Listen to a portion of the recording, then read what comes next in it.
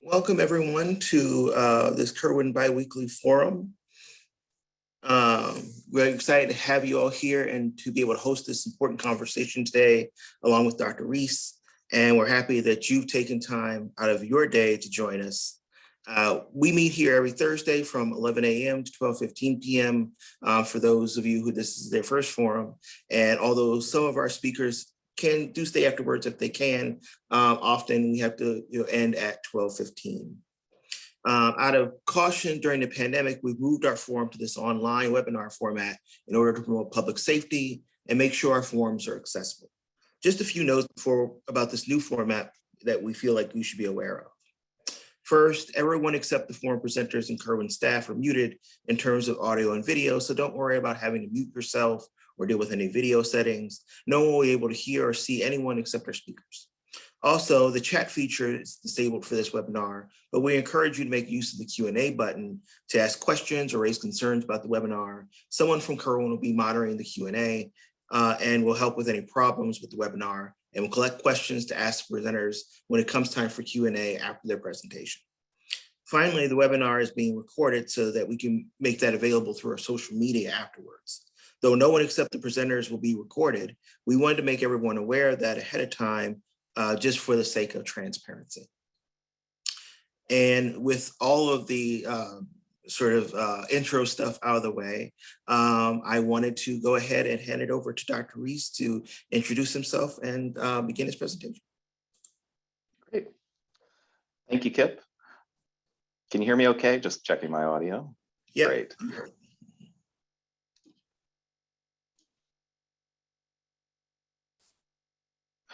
Well, good morning, everyone. My name is Jason Reece. I'm an assistant professor in city and regional planning in the Knowlton School here at Ohio State. I'm also a faculty affiliate with the Kirwan Institute. The work I'm presenting today is kind of an ongoing research project that I've been working on for almost 2 years now, exploring the relationship between conflicts around development policies and resources, conditions, and equity concerns for public schools and children in public schools. I want to acknowledge my co-author and co-investigator on this research, Victoria Abougalum, who is a doctoral candidate in the School of Environment and Natural Resources at OSU as well. So thank you, Victoria, for all of your work contribute to this effort as well. This is a case analysis looking at Columbus, Franklin County in particular, exploring both the historical and contemporary conflicts that we see in terms of development policies and conditions for public schools and more specifically resources for public schools. Before I start getting into my research, I need to preface this presentation with some historical context. In the next few slides here, I want to recognize that I am pulling from the research of Gregory S. Jacobs, who wrote Getting Around Brown, Desegregation Development in the Columbus Public Schools, a tremendous historical resource in extremely well-researched exploration of the history of Columbus City Schools during the city's kind of active annexation period and during desegregation. The context of Getting Around Brown is really helping us understand kind of the unusual nature of school district boundaries here in Central Ohio. If you look at the image on the left-hand side, you'll see kind of two different geographies laid on top of each other. The area there in kind of I guess a light orange color is the boundary of the Columbus City School District. All those hatched areas on the map are areas within the city of Columbus. These would have been areas that were annexed, but served by suburban public school districts. This is a highly unusual phenomenon and something that is quite unique to Central Ohio in particular. And really kind of understanding this question of how did this happen? How do we have two different political geographies and really two different kind of economic geographies in terms of the administration of the city's services and the public school system. And much of this is really tied into the history of annexation in Columbus.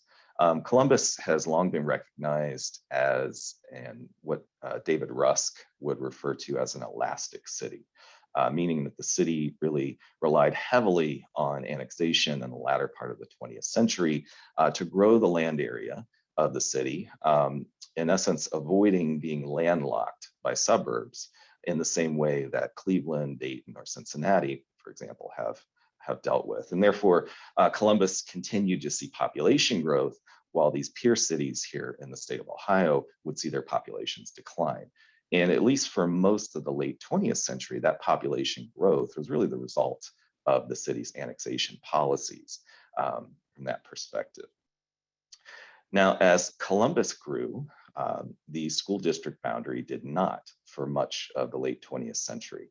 The figure I'm going to show you here captures the overall square miles for the city of Columbus and land area. And looking from 1955 to 1986, we see this period of massive annexation and growth of the city, but recognizing that the school district did not expand its boundaries during this kind of peak era of annexation for the city of Columbus. Well, why is this? You have to really kind of understand both the strategies used for annexation and the political context of desegregation in the 1950s and going on into the 1970s. About a year after the Brown v. Board decision, state law in Ohio decouples school district transfers from municipal annexations, allowing cities to annex without extending the boundaries of their school districts. Between the mid-1950s and really up until the late 70s, the city of Columbus utilizes their control over infrastructure to aggressively annex. And this, again, as I said, is the reason that the city continued to grow in population, while kind of peer cities like Cleveland or Cincinnati, which were landlocked, did not have that opportunity. In the 1960s, Columbus Public Schools attempted to kind of capture some of the land that had been annexed, but that request was denied. In 1977, Columbus is found guilty of intentionally creating and maintaining an illegally segregated school system in the Pinnock v. Columbus Board of Education case, which then starts the desegregation program in Columbus City Schools starting in the late 1970s. By 1986, Columbus enters into what is known as the win-win agreement, where these areas of the city that are that are served by suburban school districts enter into kind of a minor revenue sharing agreement with Columbus City Schools. That agreement would be dissolved and that revenue sharing would be dissolved in 2016, forever kind of freezing the boundaries of the school districts here in Franklin County. So as a result of this, in 1979, we'd see that 40% of the land area in the city would be served by suburban schools. And between 1980 and 1989, the school share of residential property within the city declined from 84% of the city's residential units to 68%. We would also see then kind of different trajectories in terms of both property tax growth and socioeconomic conditions within the district. The annexed city areas that were served by suburban schools throughout the 80s and the 90s would see kind of rapid increase in property values and tax base. The areas within the Columbus City Schools would see a much lower rate of increase in terms of property taxes. We would also see then a shift where more than 90% of the households living in poverty in the city of Columbus are located within the area of the city served by Columbus City Schools. As we kind of track this history with Columbus City Schools enrollment, we see that from 1970 to 2019, the school district would lose more than half of its student body during this time period, both as a result, I think, of many of the challenges associated with win-win, with flight happening in the aftermath of the Pinnock decision, and just the continued suburbanization and exurbanization of Central Ohio. So we can really trace this particular history back to many of the contemporary conditions that we see in our community today, particularly the economic segregation that we see in the city, specifically for children. The map on the right-hand side is looking at American Community Survey data from 2019, overlaid on top of our school district boundaries. And each of those red dots on the map represent basically 25 children who are living in households with incomes under the federal poverty threshold. And as you can see, not surprisingly, we do see a concentration of kids who are living in poverty, particularly in the boundary served by Columbus City Schools. In general, CCS, if you look at the National Center for Education Statistics, would find that about 37% of the families served by Columbus City Schools would have incomes under the federal poverty line. Now, this is not the same income threshold as, say, free and reduced lunch. It's a much lower income threshold, but just to give you some context in terms of the kind of frequency of child poverty in the context of the district. So from a contemporary perspective, as we move away from this history, we really see two primary development conflicts with goals of educational equity in Central Ohio and in cities really across the country. These are not issues that are unique to Columbus. The first conflict that I will briefly elaborate on is the act of fiscal zoning, which is a policy where suburbs block access for renters and lower income households through their zoning code. They are motivated to do this by school finance concerns, kind of basing this on a rationale that allowing multifamily, allowing higher density, allowing rental units into a suburban area is going to produce too many children, which will stress the local school tax base. On the other side, in the context of urban redevelopment, we have a conflict around the use and pervasiveness of tax incentives, particularly tax abatements that are used very extensively for redevelopment projects, but from a larger scale, extract resources from the Columbus City Schools or any other kind of school district that is kind of dealing with a large number of tax abatements. Briefly reflecting upon this practice of fiscal zoning, when we think about fiscal zoning, we have to recognize that fiscal zoning is a critical fair housing barrier for families, right? We have this misperception that smaller homes, multifamily, and rental will place too much fiscal pressure on school finances. And so we see zoning ordinances really tailored to limit density, multifamily, and rental housing. And in some cases with zoning administrators that I've talked to in interviews, even to the degree where zoning ordinances are designed to try to hit a particular price point for single family housing to bring in property taxes. Of course, this reduces access for low to moderate income families and renters, creates a tremendous fair housing burden. And more recent research suggests that this perception that multifamily in particular is bad for school finances or for kind of tax revenues in general is misleading. Recent literature suggests that multifamily housing produce more tax revenues in the context of, in comparison to single family housing, have fewer children on average in multifamily housing than we find in single family housing, and produce a more efficient use of public services than single family housing, primarily because of the benefits fiscally of having higher density and more alignment of public infrastructure. It's important to note too that many kind of fair housing advocates argue that this policy of fiscal zoning is a veiled attempt to legitimize housing discrimination.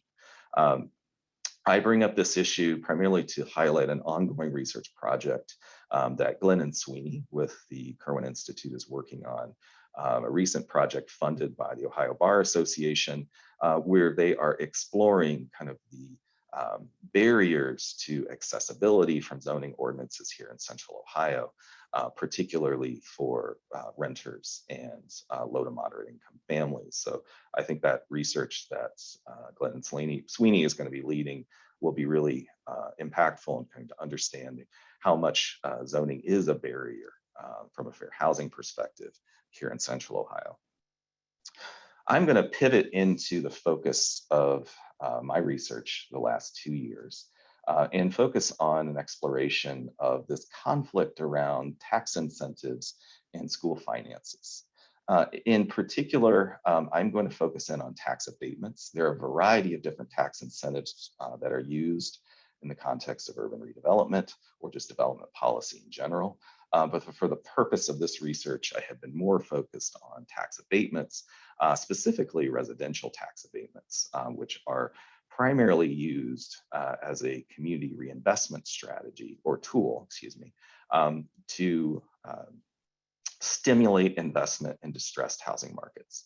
And in fact, what we see with the literature is that tax abatements can actually be very effective and can produce a net fiscal benefit through new construction and property rehabilitation. But an important caveat here, this is when tax abatements are used in distressed housing markets and not used for a very long time in terms of the time frame of the abatement. Where we kind of see this in terms of practice, and I've got an image here of a home that was for sale just last fall in the Franklinton neighborhood. Great example of a tax abated property where the abatement basically is being utilized to rehab a property in a market that is not very strong. Therefore, that provides a financial incentive to kind of offset the rehab costs and to kind of bring up the property value of that particular property. Where we run into problems is when we have tax abatement policies that stay in place for too long. As neighborhoods and housing markets recover from being distressed and then eventually become kind of hot markets in terms of investment and prices, this is where we see kind of tax abatements then begin to shift and primarily serve higher end or luxury housing. And an example of this here from a property in the Italian Village area just below that was listed last year, where the abatement is actually being utilized in this context to kind of further offset the cost of luxury housing. And fiscally, at least in terms of the kind of economic loss of funds from this particular type of abatement when it's used for luxury housing, it can be quite detrimental to public finances. So journalists in Cincinnati and Philadelphia have done some research around this and have found that particularly when looking at residential tax abatement programs, that most of the abatements were primarily serving kind of high wealth urban neighborhoods, which really goes in line with this kind of concept of when tax abatements are left to linger too long, right? Neighborhoods become, the neighborhood housing markets begin to heat up. They then heat up even more, and the abatements then are kind of utilized very aggressively in this context to further offset the cost of higher end housing development or luxury housing. In the context of Cincinnati, this actually spurred a class action civil rights lawsuit on behalf of African-American homeowners in 2020. A big part of my research is trying to get clarity around what the fiscal impacts of abatements really are in terms of school finances. And as I go through this presentation, I do want to highlight our data limitations is really what has obscured having kind of more nuanced policy debates around this issue. And I will dive into this in just a second, but what I want to note here is that Franklin County, due to the work of Franklin County Auditor, is in a very unique situation where we now have one of the best public databases on the impacts of tax abatements at the parcel level of really any place in the country that I've looked at this issue. So a few research questions are framing my exploration of this in the last few years. First, the question is the use of residential tax abatements growing or declining in the city? There's a perception that it's growing, but is this really true when we look at the data? Second, are abatements primarily serving low to moderate income areas, or are they more serving higher income neighborhoods, kind of the scenario that we saw in Cincinnati as well as Philadelphia? Third, what is the scope of revenues lost to the Columbus City schools? And how do abated tax revenues compare to overall district finances. In many circumstances, it is hard when you talk to stakeholders. It is hard to really get a grasp on, are these abatements financially problematic? There's a variety of opinions on this, and given the complexity of school finances, it is not an easy question to answer. The last question really is based on engagement with local stakeholders, trying to understand what the perceived impact of tax abatements are having, particularly in the context of Columbus City Schools. And I have to want to kind of be candid about my own positionality in this work. I am a parent as well in the city of Columbus. I have 3 children in Columbus City Schools. So this is an issue that I have some personal context for as well, having raising 3 kids in the public school system. So in terms of this particular case, this is a single case study approach, presenting Columbus as a critical case. And the rationale for this is a recognition that looking at national data, Ohio is a national leader in abating school revenues. We have some of the highest rates of taxes abated from schools in the country. The Columbus Way, which is our manifestation of the growth machine here in the context of Columbus. Recognition of Ohio's funding inequities. We are one of the states that has really wrestled with issues of fair school funding for the last few decades. And just to reference the DeRolf litigation in the mid to late 90s, where we had the state Supreme Court find multiple times that our school finance system was unconstitutional. And of course, I think we have to think about the Columbus case in the context of the historical precedent of kind of sacrificing the conditions for the urban schools to facilitate other goals around growth in the city. In terms of data used for this case, we have been triangulating a large number of data sources for this case. Parcel level data analysis, primarily pulling from Franklin County Auditor data.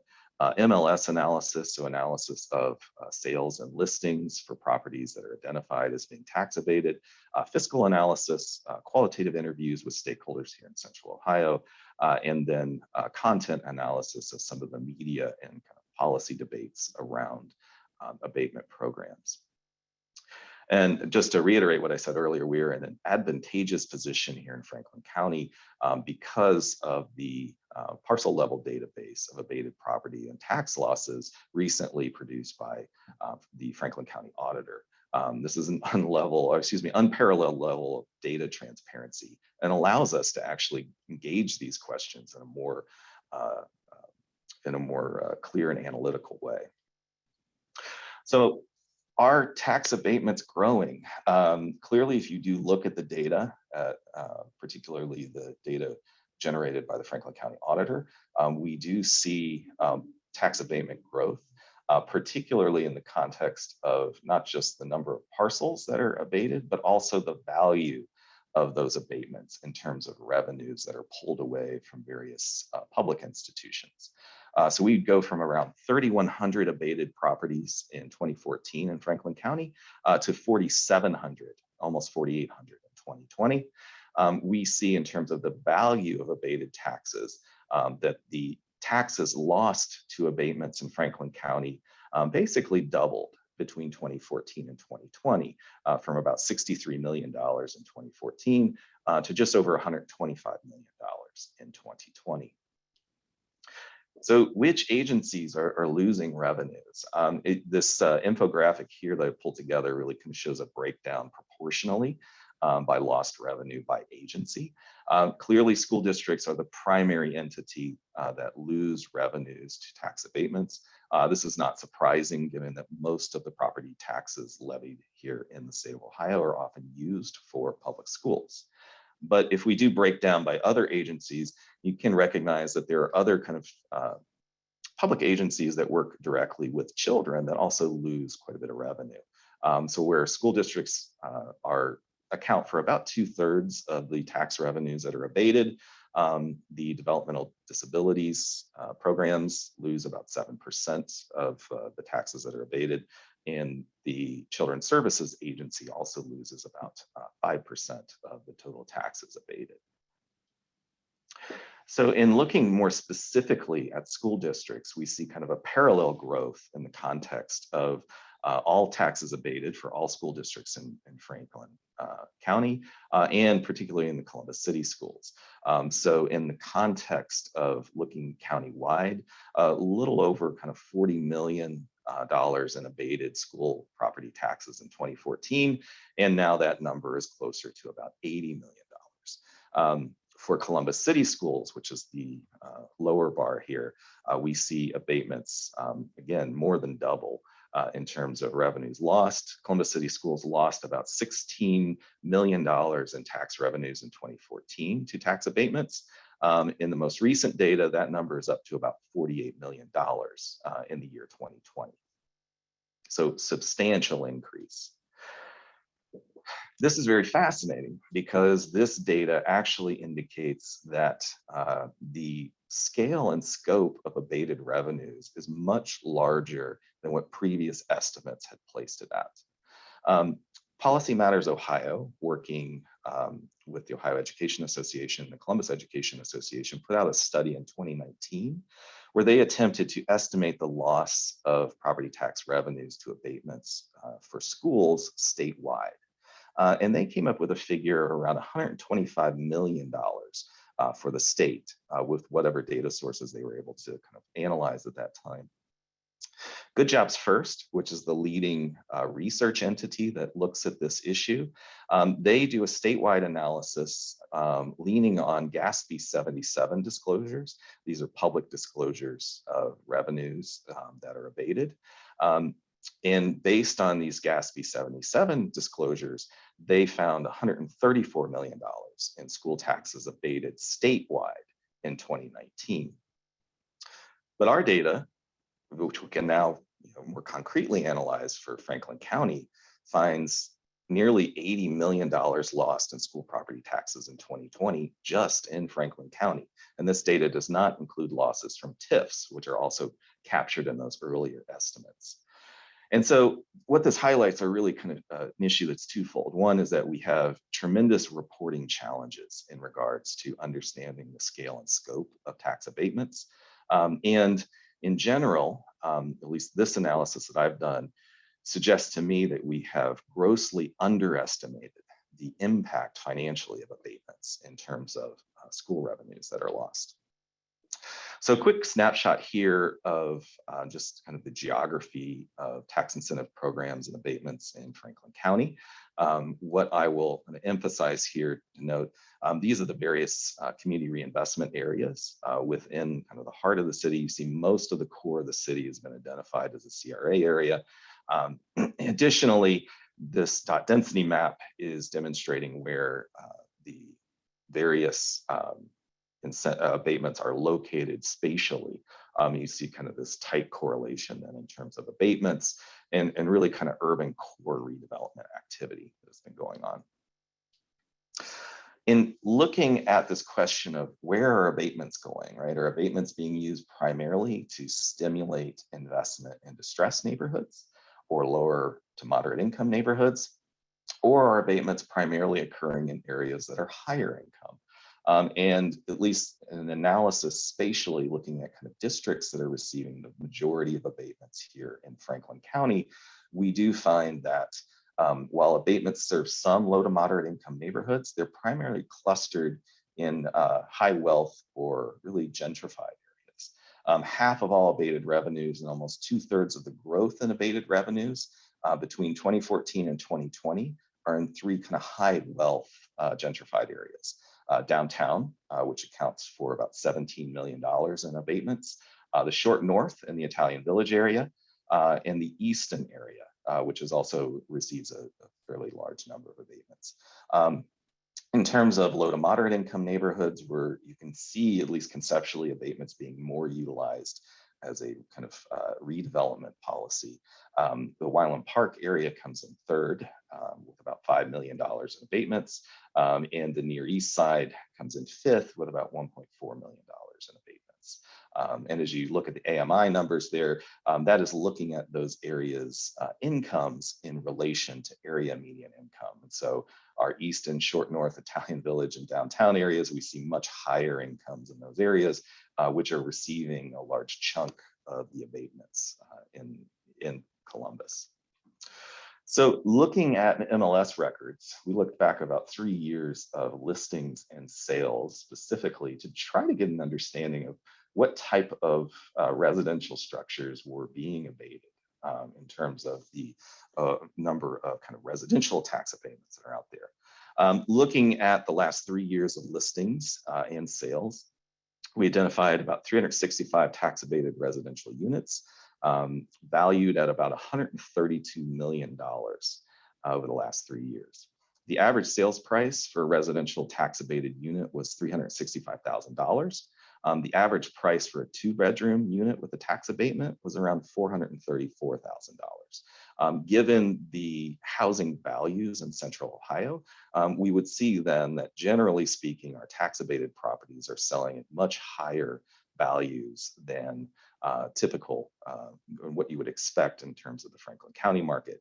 And you can kind of see this as you kind of narrow in on some of our zip codes. For example, in the zip code 43203, which is here on the Near East Side, the single family market average price from 2018 to 2020 was about $180,000. The single family tax abated unit price averaged around $454,000, right? And so we see tax abated units really kind of falling in step with this idea of them primarily being used for high-end or luxury housing and being really applied to homes that are selling at much higher values than homes that are typically found in those neighborhoods. Also, I want to recognize that we have a number of, this data is really influenced also by a number of luxury units that are tax abated. And these units, at least in terms of their overall kind of impact in regards to finances, can be quite extreme. This is one of our highest value properties that had sold in the last few years with a tax abatement. This is a condo in the Arena District, sold for $1.6 million. The property taxes for this unit should have been $33,000 in 2019. The taxes paid after the abatement is applied in 2019 is $3,100. So for just this one unit, Columbus City Schools is losing, maybe close to about $30,000 a year. And considering that this is an abatement that stretches out for 15 years, let's just kind of think about that from a longitudinal perspective. So this one luxury unit, 15 years later, is going to result in at least $500,000 in abated property taxes for one unit. Now, I would say this is a minimal estimate, right? Because generally over the time period of 15 years, you're going to see property taxes go up. So the abated value, the potential abated revenues are actually going to increase exponentially during this time period. So do these abatements matter? That is a question that I think we have a tremendous amount of debate on, but not a lot of real clarity in terms of having metrics to help us contextualize or understand that in regards to school finances. School finances are incredibly complex, right? We have funding coming from both the federal government, from the state government, from the local government. We have operational revenues. We also have capital expenditures that are very different. But what we tried to do with this was look at a few different measures to try to understand the scale and scope of abatements in the context of school finances. As we look at this, we see that relative to the total property taxes raised, abatements account for about 9.6% of all property tax revenues raised in CCS in 2020. And that number's gone up from about 4.2% of all local property taxes raised in 2014. On a per pupil basis, we would see that this would be about $991 in abated revenues per pupil in 2020. And again, this figure has basically tripled since 2014. But we have to recognize as well that there are a number of other neoliberal education policies that are detrimental, particularly for urban public school systems. We both have voucher programs and charter school programs here in Ohio that extract money from the urban public school systems. So in this context, looking at the 2019 budget of just under $1 billion for Columbus City Schools, we would see that tax abatement revenues would account for 4% of that overall budget. But we also would recognize too that the district lost another $200 million in state funding for revenues lost to students going to charter schools or for voucher programs. So as we kind of triangulate these three policies together, we see that between the kind of combination of charters, vouchers, and abatements, this is a sizable chunk of the overall budget that is lost in this scenario. Looking at overall just kind of taxable value per pupil, we were able, looking at kind of the financial records for the state of Ohio, we were able to at least kind of explore how this has changed in the Columbus City School District over the last few decades. And what we would see, generally speaking, is that in terms of overall taxable value per pupil, and after we adjust those numbers for inflation, we see that taxable value per pupil has actually declined for students in Columbus City Schools over time. And where the city school district ranks relative to other districts in the state has also declined. Now, there are a lot of factors that have played into this. Some of this relates to, again, kind of ongoing issues with just suburban and exurban sprawl, issues related to the 2008 housing crisis. But certainly we can at least gauge to some degree that abatement policies more recently are probably having some impact in terms of taxable value over time.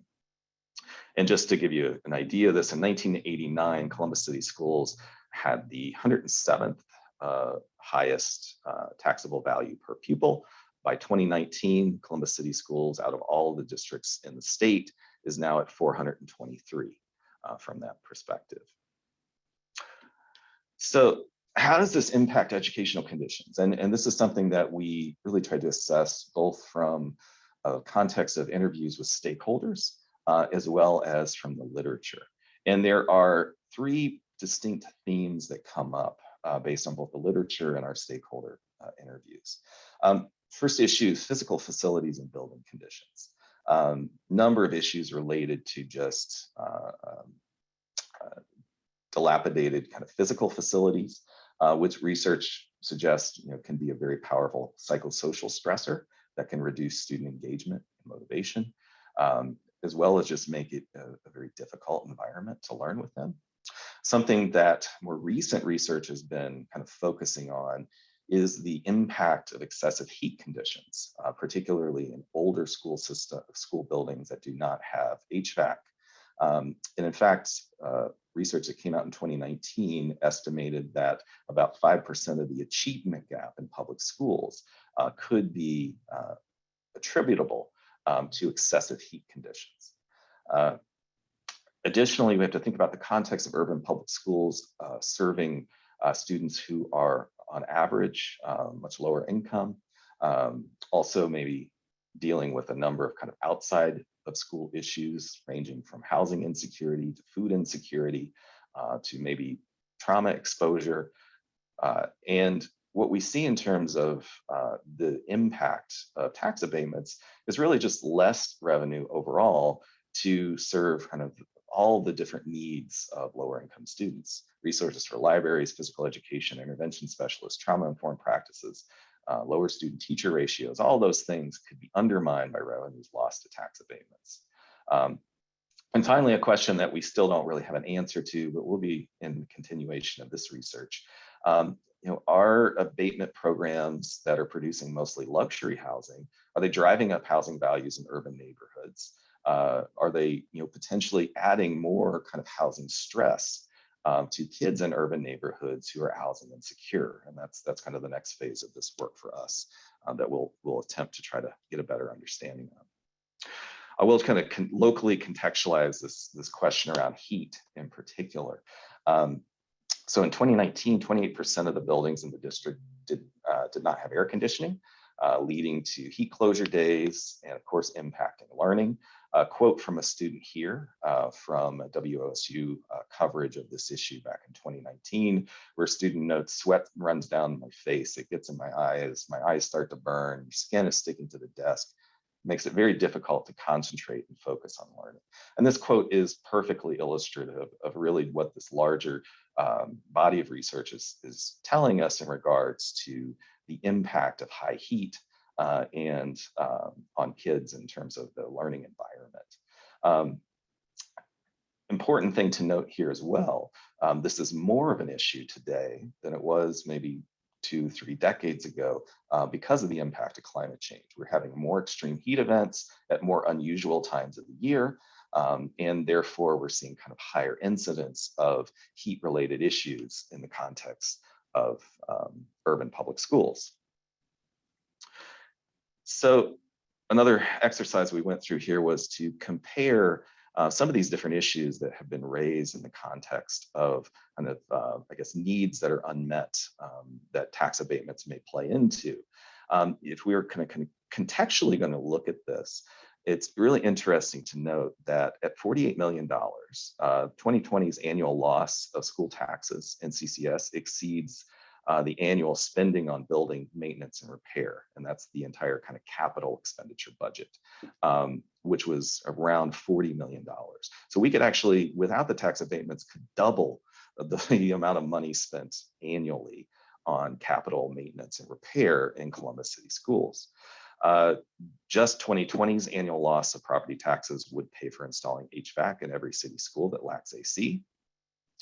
And if we looked at this from kind of basically a educational perspective in regards to funding more teachers, 2020's annual loss could support an additional 530 teachers or so in the district, just given looking at kind of average teacher salaries with benefits and just kind of the impact of those abatements over time. So what I would suggest to you is that, at least in terms of this kind of this research and the data that we're pulling together, is that abatements, while not having kind of a devastating impact to school finances, they are certainly having an impact, particularly on a number of key issues that are critical to positive educational outcomes and the quality of life of children in the school. A quick photo here from dispatch coverage of just this past August, where 20 Columbus City schools had to start the school year remotely due to heat, including my children's school from this perspective, right? And so a lot of days learning lost related to many of these kind of physical conditions that are certainly aggravated by revenues lost to abatements. So how do we reform tax abatement policy?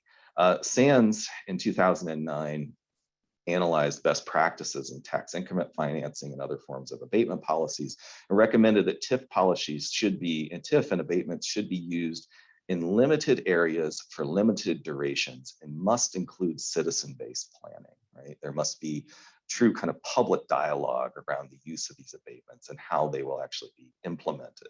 Unfortunately, in the context of what we're seeing in most cities, and I think Columbus's most recent experience demonstrates this, abatements persist far too long in neighborhoods where markets have turned around, thus shifting abatement usage primarily to higher end luxury housing, and then also escalating kind of the overall fiscal impact of those abatements as a result of that.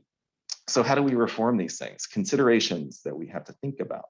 First, how can we serve other public interest goals through our abatement policies? For example, I am of the opinion that abatements should not be used, particularly in neighborhoods with stronger markets, for any residential units that do not have an affordable housing component. That's a great way to kind of tie in these abatement policies to meeting other housing needs that we have.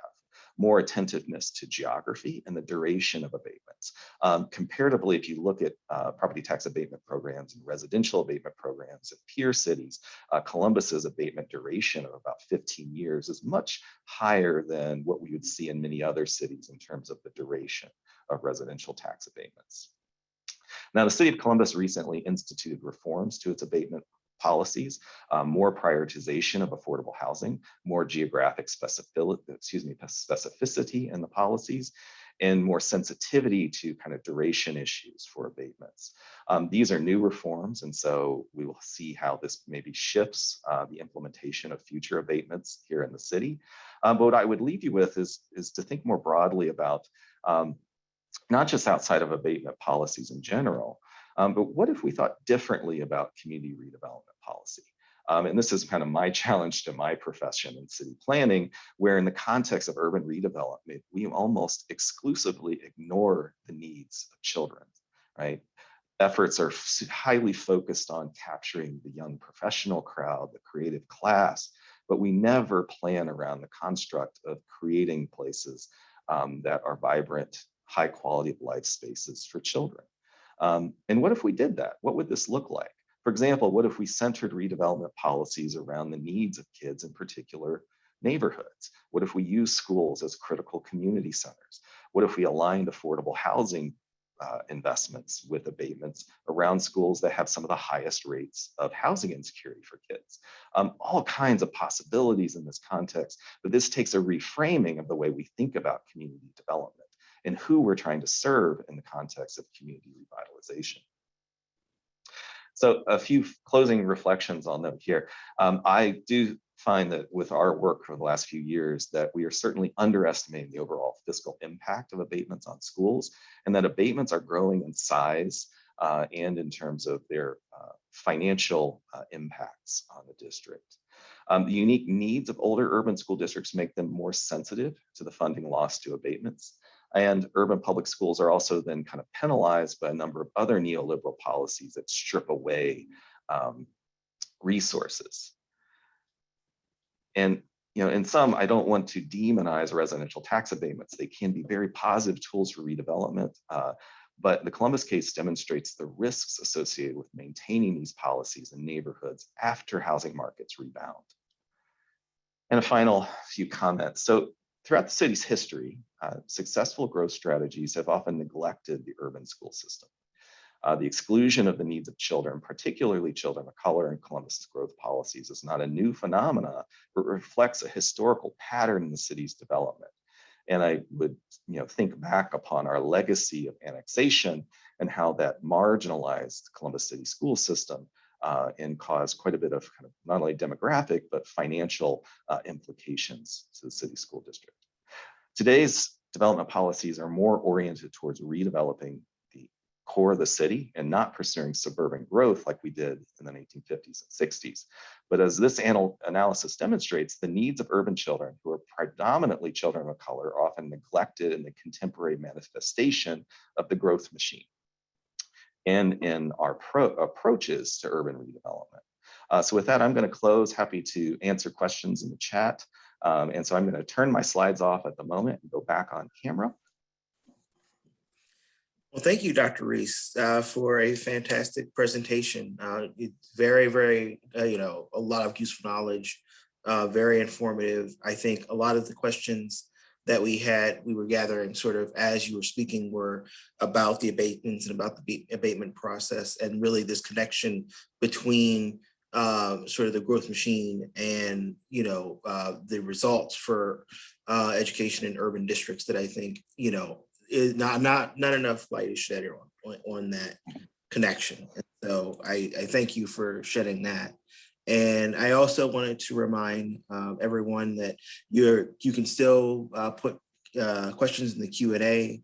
We're going to be answering them kind of as they kind of came in, but we have a little bit more time for Q&A. So if you have another question, feel free to put it in. If you already asked the question, kind of wait around a little bit. But if you have another question, you can certainly add that in, and we'll try to get to everybody as it goes.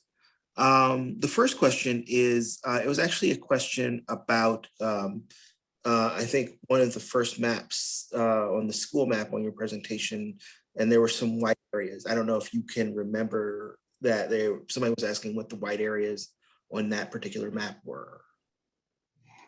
Let me go back to that as see which map that we're talking about here. I'm assuming Let me just resume the slideshow again.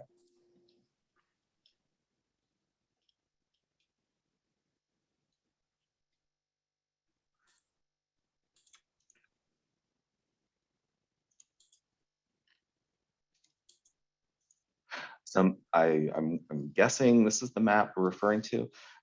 So what we're seeing in this map, basically, this would be the everything that's either hatched or this kind of light orange color represents the city of Columbus political boundaries.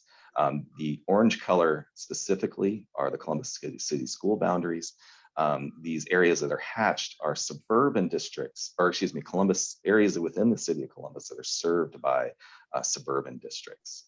And you see these suburban districts identified here. For example, this is Hilliard, one is Dublin, 3 is Southwestern, for example. These white areas on the map are school districts that were really not implicated in the win-win program or in terms of annexation policies. This would be Whitehall, Bexley, Upper Arlington, and Grandview Heights down here. So hopefully that helps a little bit in terms of getting a kind of the landscape of the different school districts here in the county. Yeah, I think that was a great explanation. Well, now on to a question about the findings in general. Someone was asking, based on your research, what recommendations would you offer in the implementation of critical pedagogy at all levels of education, related to this issue and societal change in general? So, maybe you were talking earlier about sort of a challenge to the profession and maybe some recommendations for people in the profession, maybe people teaching about urban planning. Yeah, really great question. As somebody who's teaching in urban planning, but I think this applies to any number of kind of areas of policy. It's really about having a much clearer kind of equity-oriented lens to how we think about development issues, and a recognition that structurally, marginalized communities will often continue to be marginalized in various forms of kind of policy outcomes, unless we're very attentive to see how these policies are kind of interacting with folks that could be kind of most impacted by them. Another piece of this as well, I think from my perspective, is the need to kind of center, in particular, the needs of families with kids or children in general in the context of urban development policy. We are very siloed in the context of how we think about things like urban education and city planning, right? And so we ideally need to break down these silos because these two issues are tightly integrated. So I think, to me, it's creating a space where we have more collaboration between those in kind of the urban education policy space and educators and city planners, but also means kind of changing our conceptual framework of how we think about equity in the context of urban redevelopment, with a particular emphasis on the neglect that has kind of almost always happened in the context of thinking about urban children. So I hope that would be a belabored answer, but hopefully that gets into some of these different issues. And the last thing I would note is, history matters, right? And so you can't have a discussion about tax abatements and its impacts on urban public education in Columbus without understanding the history of our annexation policies and how those were so detrimental from a civil rights perspective, right? And so we talk about things like critical race theory. What is critical race theory really asking us to do? To look at these historical policies and see how they influence contemporary conditions. And in this case, you can't understand the contemporary conditions unless you understand kind of the policy factors historically that have created the city we live in today and the conditions within our city. Yeah, I mean, that's a well-placed answer, especially about, looking at this through a historical perspective. I think when sometimes there's a tendency to look at the nuts and bolts of maybe some of these decisions on a technocratic level without looking at sort of the historical, narratives and legal structures and that create the assumptions, of that create the structures that we're in right now, and really looking at it from the perspective of race and racism and structural racism is extremely important. So the next question is a question about tax abatement decisions, and it was basically who is making these decisions. And I thought, maybe a way to expand that too is sort of, describing like how these decisions are made, because usually just sort of a one and done thing, like everything else, especially in large metropolitan areas, there tends to be a lot going into sort of, a lot of public decisions and decisions about public spending. So just want to get your thoughts on that. Yeah, it's a great question. So I would say there are really kind of two, I'm going to oversimplify this, but there really are kind of two streams of decision making in this context. Occasionally we will have particular projects, and these tend to be larger, more specifically commercial, or even kind of more likely commercial projects, where they will request a tax abatement, right? And then we have more kind of public debate around these projects than we do specifically more around residential tax abatements. So if you think about kind of the residential tax abatement program, this is something that's kind of set in place geographically.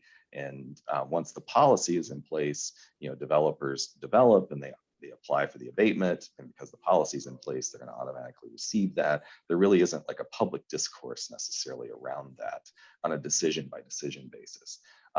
What I'd suggest, the downside of that is like death by 1,000 paper cuts, right? Because if you're seeing, as we see here, the number of abated properties continue to grow, and the volume of taxes abated continue to grow without a lot of public discourse, I would argue that's kind of problematic. It's creating a potential negative impact that we're not even necessarily aware of, because it's escalating without a lot of scrutiny from that perspective.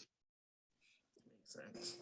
Yeah, and kind of a corresponding question. I'm going to jump a little bit and ask, how would you recommend people advocate locally, against abatements, or for different a different relationship with abatements? Yeah, I think organizing is critical, and so I would say is a successful outcome. Just the fact that we have this very transparent database produced by our county auditor, to me, is an advocacy victory, because you can't really understand anything unless you have transparent data. And that was a first step. And I think you have to recognize the role of a lot of stakeholders here in Central Ohio who have been raising this issue, ranging from the Columbus Education Association to local grassroots political leaders. And so I really want to recognize the fact that in itself is getting data transparency is a big step in thinking about this issue in a more detailed way. In terms of kind of organizing, I think really it's, there could be a whole webinar on just organizing strategies and advocacy strategies, but I think organizing is critical. It doesn't do a lot of help to just advocate on our own, right? So align with other stakeholders who are concerned about this issue within this space and start that dialogue and those conversations. Also, to be honest, we just need more dialogue, more middle space dialogue between those in kind of the development community who use these abatements on a regular, or even the community development space who are using these abatements to some degree on a regular basis, and folks who have great concerns about the fiscal impacts of these things. As I said, I don't want to demonize abatements overall. They can actually be very helpful in neighborhoods that are distressed, where market conditions are really poor and you're trying to stimulate development. But what we've seen in terms of the research evidence is that if you let these policies stay in place over the long term, the impact of them shifts, right? And we start serving more luxury housing with abatements. And this is where we really need to start kind of questioning kind of when these abatements should be let up. I'd also argue too that as abatements start to serve kind of more powerful kind of interests in terms of developers and producing more luxury housing, the political power kind of centers back towards pro-abatement policies, right? Because there's a lot of money to be made by subsidizing luxury housing, right, for developers. And so, again, I think it's a multifaceted strategy and approach to think about how to advocate around this. But what we need is actually concrete data analysis to help us understand what's going on. And we need more kind of context and time sensitive and geographically sensitive policies that allow abatement programs to shift as needed once market conditions change from that perspective. Thank you so much for that. The next question is really about kind of looking at the numbers relate in the data. Someone was asking, do these numbers take revenue sharing into account? Maybe different type of revenue sharing strategies that cities may have going on around affordable housing or things like that. Yeah. For the most part, they do. I mean, most of the data points in the context of the auditor's database are actually CRA properties as part of the residential abatement program.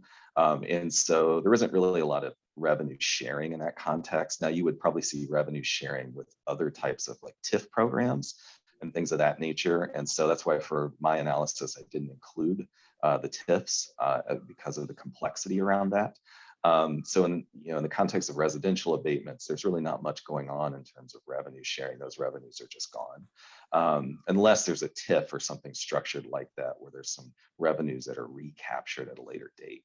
But to simplify my analysis, I removed TIFs from my analysis of what we were looking at. In terms of larger, regional revenue sharing, we had, in relation to the annexation program, we had the win-win program, which did create some revenue sharing between suburban and urban district, the Columbus City district and suburban districts. But that was again dissolved in 2016. So those programs are, there are no longer any revenue sharing going on from that perspective.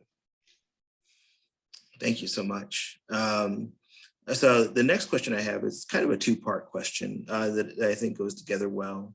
The first one is about, from your experience, where do you see, school board members and maybe city council members sitting on this issue of abatements and how they're used, particularly to sort of buttress luxury housing and the wealthy. And that is kind of in the context of like cities both, wanting and deciding, looking to grow tax base versus wanting to be equitable, and getting your thoughts on that. Yeah. What I would argue, and this is why we need transparent data, I would argue to some degree, and this comes more from my content analysis, interviews I've done, other literature that's looked at this from a stakeholder perspective. There are a number of kind of what I would say straw person arguments put up in support of abatement programs. The first kind of cliche one is, well, this is a vacant house. What do you want to have happen to it? And we're not saying we don't want to see redevelopment happen. It's a question about market conditions and what public purpose that redevelopment or that tax incentive is actually serving. And that's where we need to have more debate. There is an argument to be made too that, well, the district will just recoup those funds down the road. I would argue Columbus's tax abatement program has far too long a time window. 15 years down the road is not, you're graduating an entire class, cohort, generation of kids in 15 years, right? So this idea that somehow we're magically going to recoup all this money in 15 years and everything's going to be great, I would say that best that's optimistic speculation. We don't know what's going to happen in 15 years, right? There are market dynamics and all kinds of things that could change 15 years from now. And what's important to note is that for a whole generation of kids going through the school system, you're pulling these revenues away. So that's not an argument that I feel really should carry a lot of weight in this context. And finally, abatements are, again, we need to better and more tightly align these to other public policy goals. We have an affordable housing crisis that is only going to get worse in this region over the next 5 to 10 years. So particularly when we think about abatement programs like this, we have to be making sure we should not be handing out abatements, particularly around residential development, that's not providing some aspect of affordable housing at some point, price point in the market from that perspective. And I will say, I'll pull this from kind of research I've done, but also research from other colleagues have done around this topic. You cannot separate the political dynamics from the tax abatement debate, right? And this is just elementary kind of political economy 101. But in local government situations, whether it's school boards, city councils, or any really kind of locally driven electoral system, developers have a lot of sway because of their campaign contributions, right? And so to recognize that it's not a neutral space where we have these policy debates, right? There are kind of very well-heeled financial contributors who, for their own economic self-interest, which is completely understandable, want to see these programs expanded or want to see them applied to their particular development project. And so, again, recognize that this, we're not necessarily having a real transparent debate around this when there's so much money to be potentially thrown around to be influential from a political perspective. Yeah, I mean, I think that's a great analysis of that sort of that process and thinking that goes into it. It kind of reminded me when you were talking about, making those sort of 15-year projections on return on investment, how much of this sort of thinking sort of is kind of pre, housing recession, housing bubble thinking, and how the market is really different now. And it's really taken a lot of, especially I think city and local officials, to sort of adjust to those things too.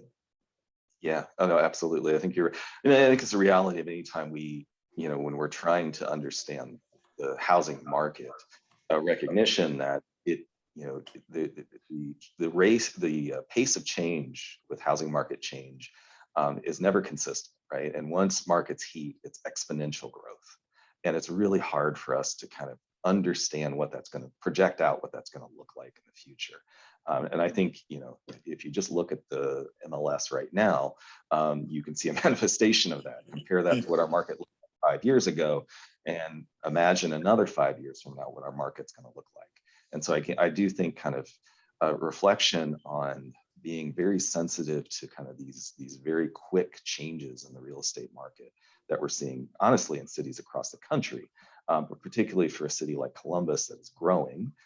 Like a Minneapolis, like Indianapolis, or even like some of our peers down south, like Austin, we're going to see this exponential growth in the housing market. I mean, all indicators are pointing in that direction. Fantastic.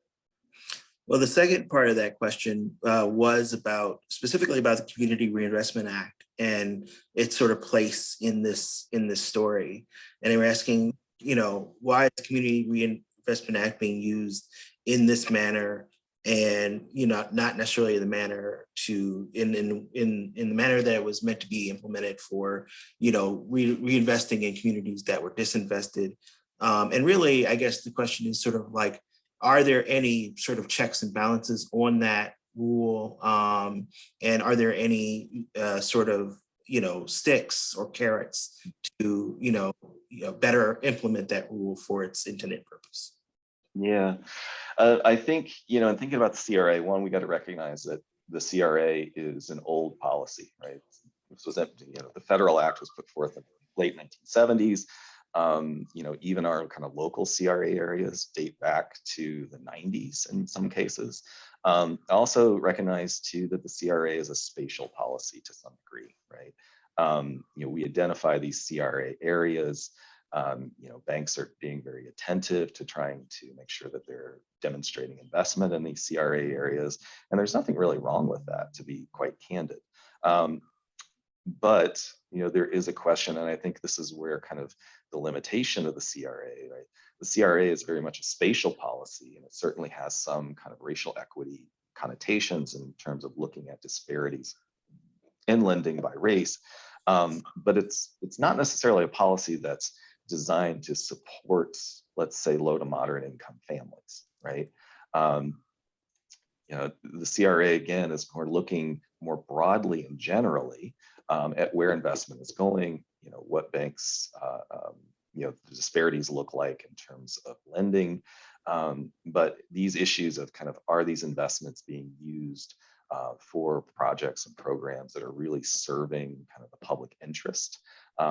That's not something that the CRA by itself is really designed to do.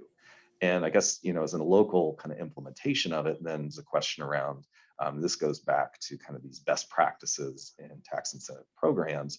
How do you build more kind of community discourse and dialogue and engagement around programs like this?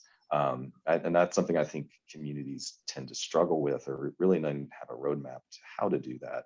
But it's something that's, I think a way that you could think about kind of locally working within CRA areas to try to encourage, at least as much as possible, investments that are going to serve kind of those low to moderate income folks in those neighborhoods. Fantastic.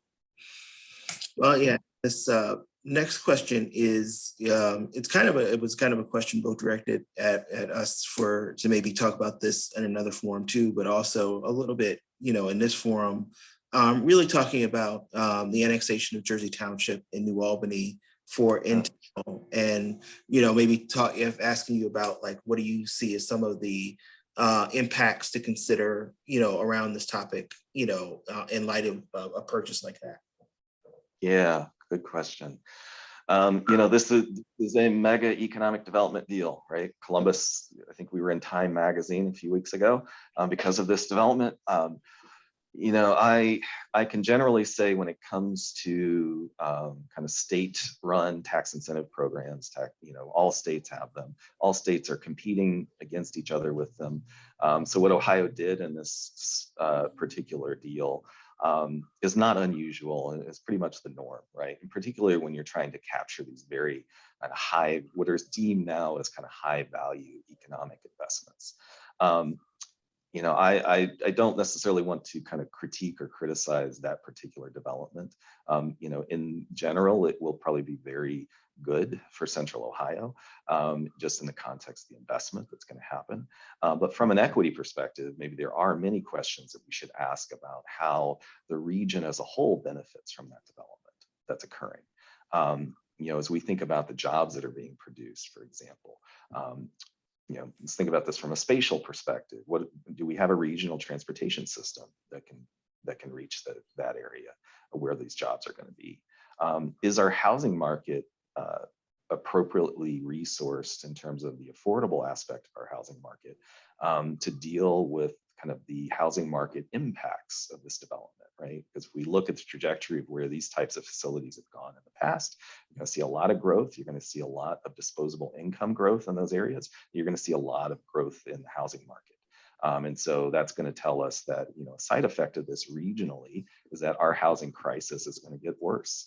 So we need more resources to mitigate that from that perspective. So, again, and maybe it's a topic for a future session. I don't want to necessarily criticize the investment itself, because I think it actually will be quite transformative. And there's a reason why so many regions and states were fighting over investments like this.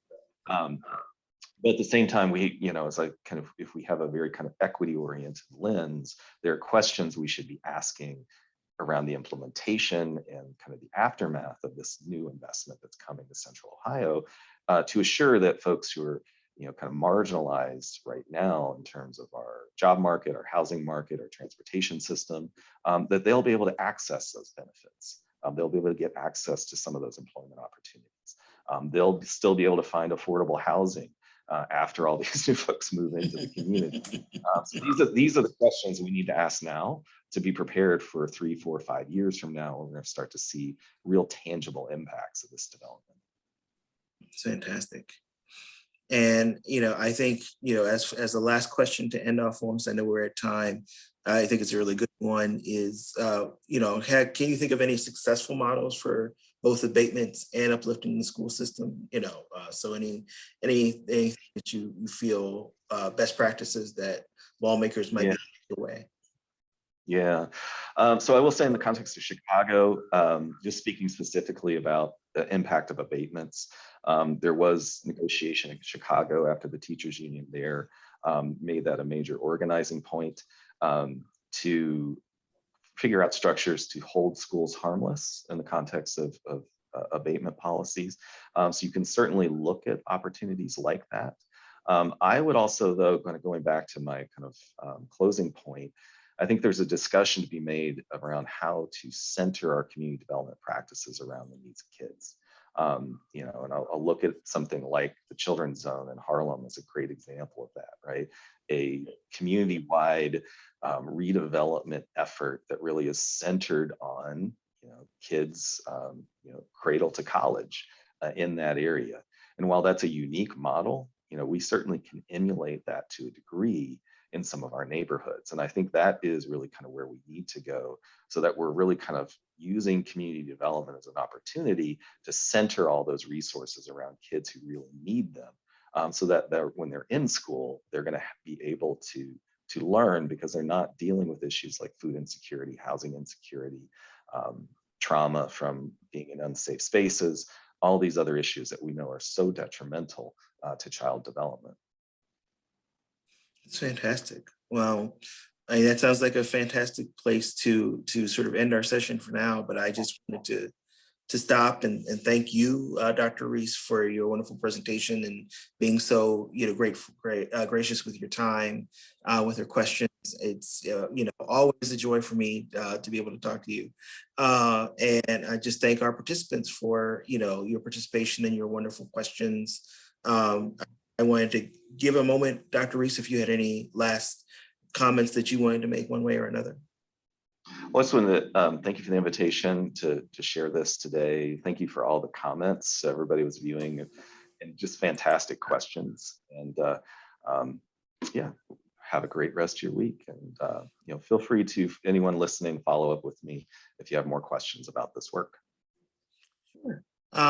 Yeah, and if there are any contact information that you want available when we send out the recording, we can do that as well. Great. And just a reminder for all the participants, we will be here in another 2 weeks at the same time for another presentation. This recording will be sent to participants if you registered, and will be available through our social media as well. So if you're on our mailing list, you will also receive it. And with that, I hope everyone has a good rest of the day and a good rest of the week. And we'll see you here in a couple of weeks. Thank you. Yeah, thank you. Take care. Take care.